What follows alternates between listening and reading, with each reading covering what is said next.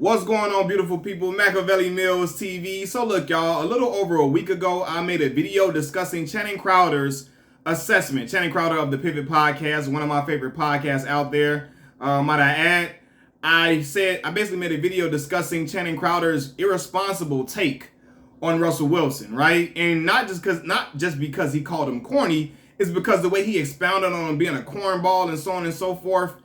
I didn't like it, and so I made a video discussing that. And in that video, I spoke about how in the hood, there's only one image of what cool is, right? There's only one perception of what cool is in the hood. And I spoke on how cool is not monolithic, and black folks in the hood got to get out of that shit, right? And so in this video, I'm going to expound upon the monolithic image of cool in the hood, right? See, in the hood, oftentimes cool was framed around the image of toxicity. I'm being honest, right? As a young black man who grew up in the hood of Chicago, the dudes in the hood that was quote unquote cool was the dudes that was wrapped up in gang banging heavy, street dudes all the way around, right? You know what I'm saying? It was either you was a street dude all the way around, or it was the dude in the hood with 5, 6 baby mamas. And everybody in the hood thought he was cool as hell because we knew he was having sex with a whole bunch of girls. A lot of the women who were sometimes very pretty, sometimes cute or whatever. And they was the dudes that was looked up to in the hood. The dudes that everybody thought was cool was the dudes that was, I'm talking about like dibbling in criminal activity heavy as hell. Or the dudes that had a whole bunch of baby mamas, 5, 6, 7 baby mamas, so much that I thought that was what you were supposed to do, right? Growing up in the hood, when I saw that, I remember as a kid, I thought that having 10 baby mamas was some cool shit. I thought that was some cool shit to do. I thought it was cool and acceptable because I saw other dudes in the hood with 5, 6, 7 baby mamas, and they was looked up to, they was worshipped because they could get women and they can have sex with women and all this and all of that. Not even paying attention to the fact that this man is creating all these different children that he can't even take care of.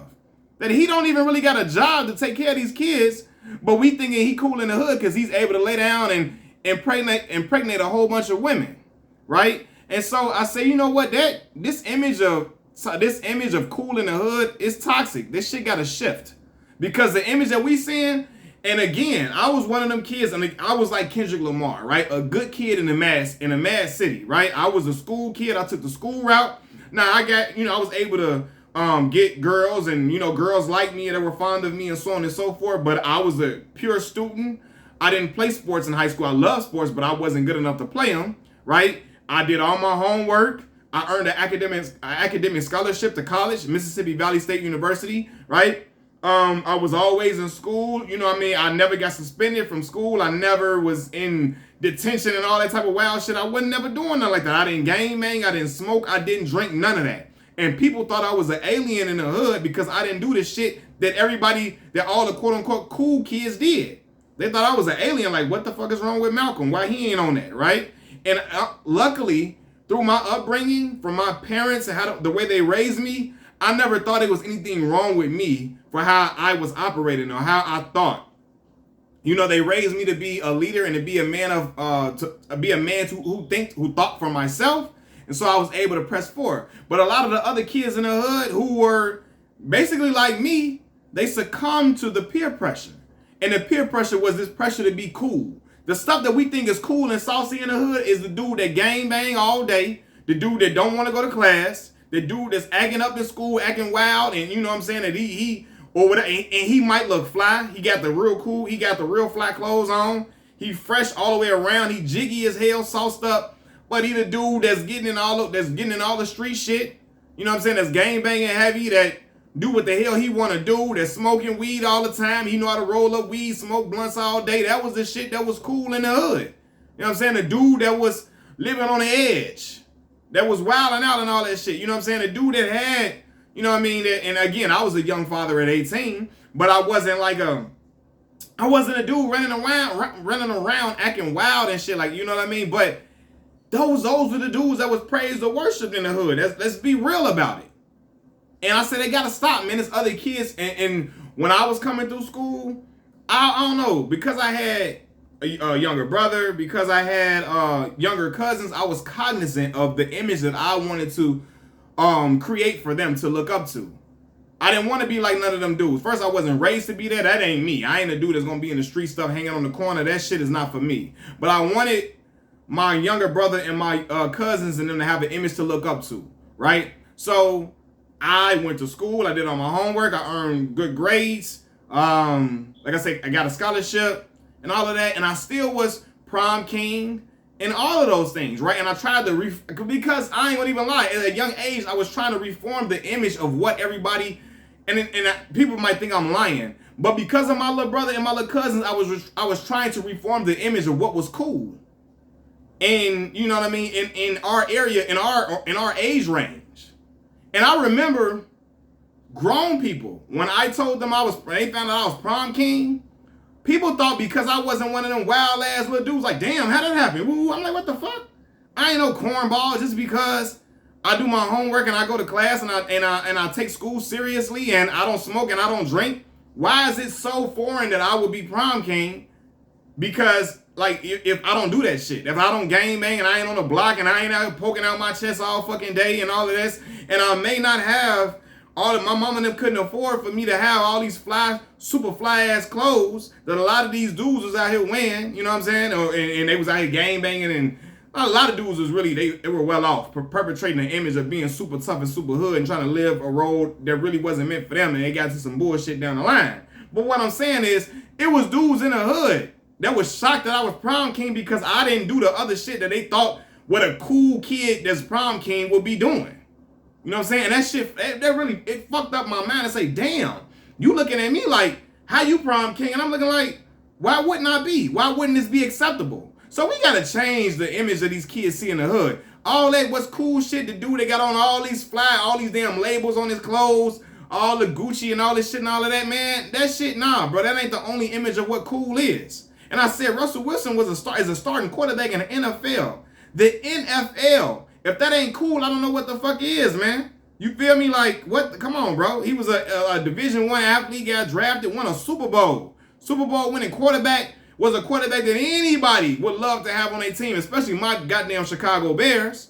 You know what I'm saying? Like why is that not cool? He's a millionaire, multi-millionaire. Why is that not cool? Why is the dude out there on the football? Because let's be real. In the hood, I'm sorry, this athlete was the guy that was handed the cool label too.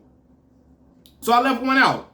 If you was only cool looked like if you was a superb athlete or you was in the streets heavy or whatever, you was gang banging, you was smoking weed, doing all type of wild shit, that was the cool image and you had the fly clothes to go with it, right? So Russell Wilson fell under the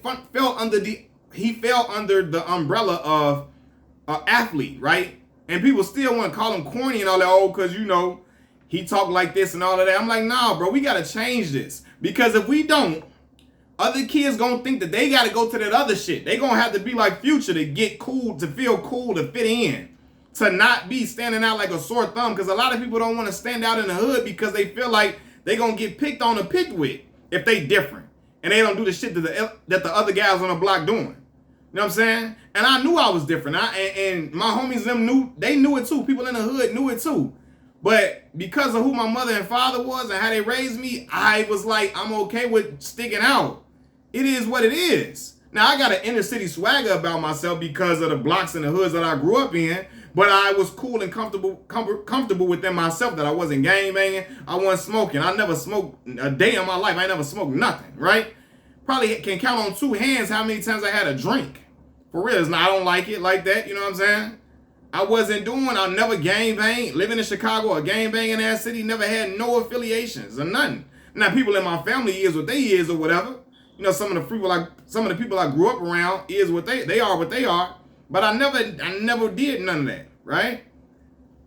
And I wonder, like, why you couldn't be why you couldn't be cool going to class, doing your homework, and you be a upstanding young man? Why is that not commendable? Why is that not respectable? Being a stand-up dude, a solid dude that stand on morals, values, and principles. You know what I'm saying? A guy that really has a conscience, that has integrity. Why can't that be saluted as cool in the hood? Why that can't be respectable? A lot of times in the hood, I found that the dude that was real honest and a real cool, down-to-earth dude and stood on his morals and integrity would get clowned out, or people would try to snake him because they thought they were trying to finesse him and get over on him because he was the nice guy, whatever.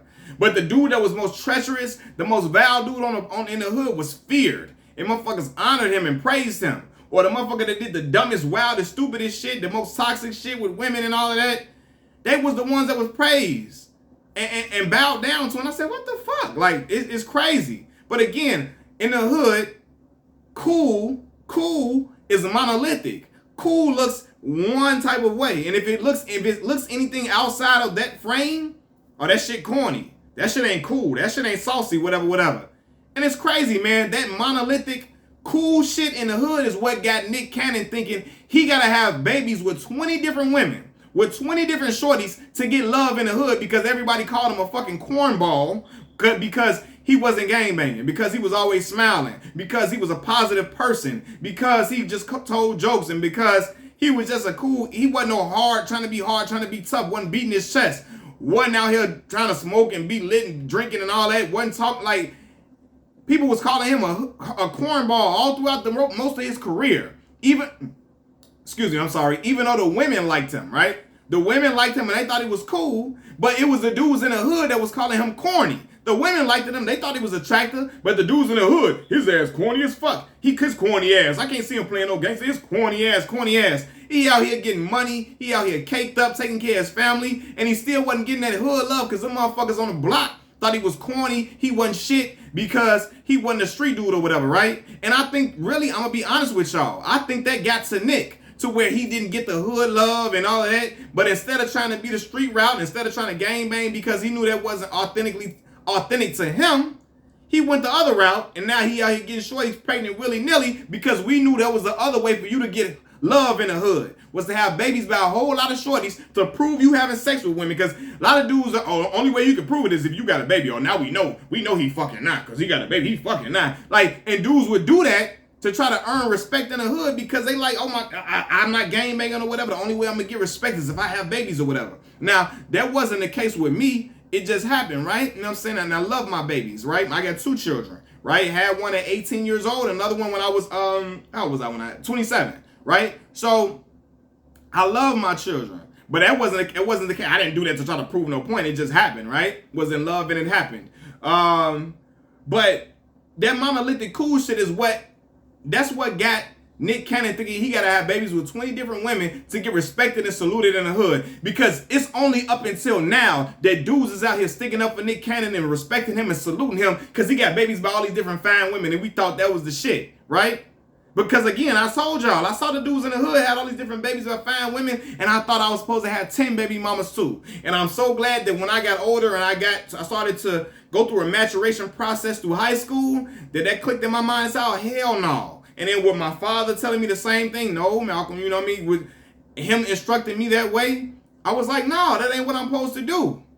And thank God, because I would be in a world of mess if I fell to that type of peer pressure. If I thought the same way I thought when I was a young boy watching them dudes in the hood operate. We got to stop that, man. We got to show a different image to these kids. Show them that being honest, being a good student, getting a scholarship academically is something to salute and respect. That your parents don't got to pay for you to go to college because you use your brain to get out the hood in order to get you a degree, to get you a good job, to be able to take care of yourself and the rest of your people in ways you couldn't have imagined or couldn't have dreamed of at times. One of my closest friends, Derek Jones, one of the realest men I ever met in my fucking life. I love Derek to death. My boy Derek is from Midnight, Mississippi in the Mississippi Delta, right? Derek a stand-up brother, real, polished brother all the way through and through, clean cut. He wears some Nike clothes and all of that, but he's real cool. He got a vibe like a good guy, like a real solid black man, a respectable black man like Russell Wilson, right? Went to Mississippi Valley State University, got his degree in mathematics, went to Mississippi State. He went from Mississippi Valley State, got his degree in mathematics with me. I didn't get mathematics, I got a communications degree. But he went to MVSU with me, he got his degree in mathematics. He went to Mississippi State, got his master's in mathematics, then got his PhD in mathematics, and now he's working out in Maryland, working with Johns Hopkins. Johns Hopkins, is it John Hopkins or Johns Hopkins? Doing some fantastic stuff. Doing some fantastic stuff, and he's able to take care of him and his wife and a small baby. And that's what should be cool. That shit right there. Derek, one of the coolest brothers I ever met in my life. The coolest brother I will know to the day I'm gone. But in the hood, the brothers like Derek and brothers like me, we was looked at like oddballs.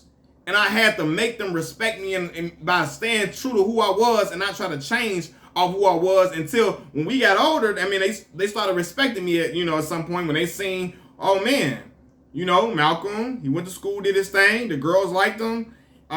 He stayed true to himself. He don't do nothing that he don't want to do or whatever. But I just feel like man. That shit, I just don't like how cool looks one way. Why we can't be stand-up men? Why all of the toxicity shit is what's praised as cool in the hood? Gotta end. We gotta show these kids a different route, and so they can be able to be not be led astray and go down the path of righteousness and real stand-up type shit and not foul shit. Like, you know what I'm saying?